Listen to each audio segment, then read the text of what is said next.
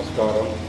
ഞാൻ കോയമ്പത്തൂർ തിരുമൂലർ സിദ്ധർപീഠം ശിവരാജ് യോഗി സംസാരിക്കുന്നു. ഇപ്പോൾ കേരളത്തിൽ ജനിച്ച് ഇവിടെ വന്ന് രാജാവായിട്ട് ഇരുന്ന കുലശേഖര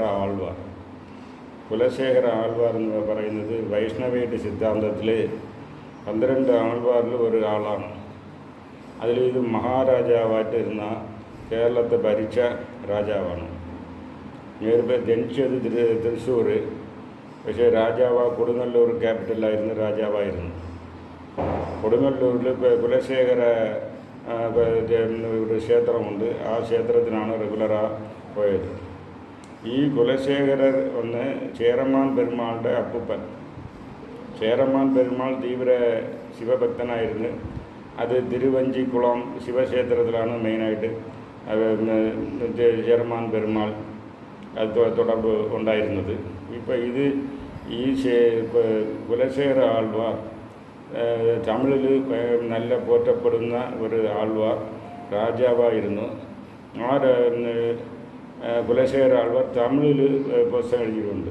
തമിഴിൽ വന്ന് പുസ്തകം പാട്ടുകൾ എഴുതിയിട്ടുണ്ട്. അതേമാതിരി സാൻസ്ക്രിറ്റിലും എഴുതിയിട്ടുണ്ട്.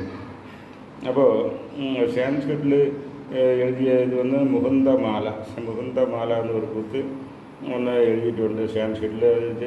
തമിഴിൽ എഴുതിയ ബുക്കിൻ്റെ പേരാണ് തിരുവായ്മൊഴി എന്ന് തമിഴിൽ 13 പാട്ടുകൾ എഴുതിയിട്ടുണ്ട്.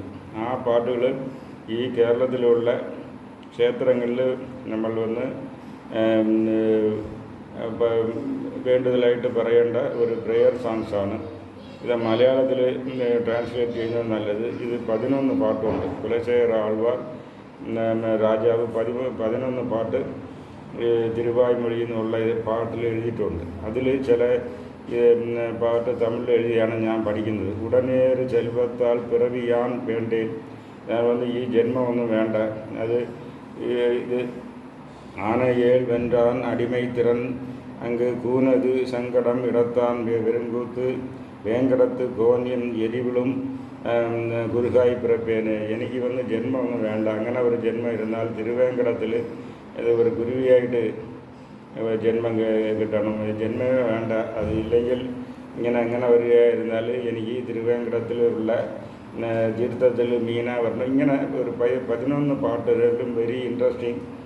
തമിഴിലാണ് ഇരിക്കുന്നത്. അപ്പോൾ ഇതിനെ വന്ന് മലയാളത്തിൽ ആക്കിയാൽ ഇപ്പോൾ വന്ന് ഞാനപ്പാന പാടുന്നു, ഇതേമാതിരി ഇത് പാടാം. ഇന്ത്യയിൽ ഇവർ മലയാളത്തിൽ എന്തുകൊണ്ട് എഴുതിയില്ലെന്ന് വെച്ചാൽ അപ്പം മലയാളം ഇല്ല. അതാണ് സീക്രട്ട്. അപ്പോൾ ഇപ്പോൾ എന്ത് ചെയ്ത്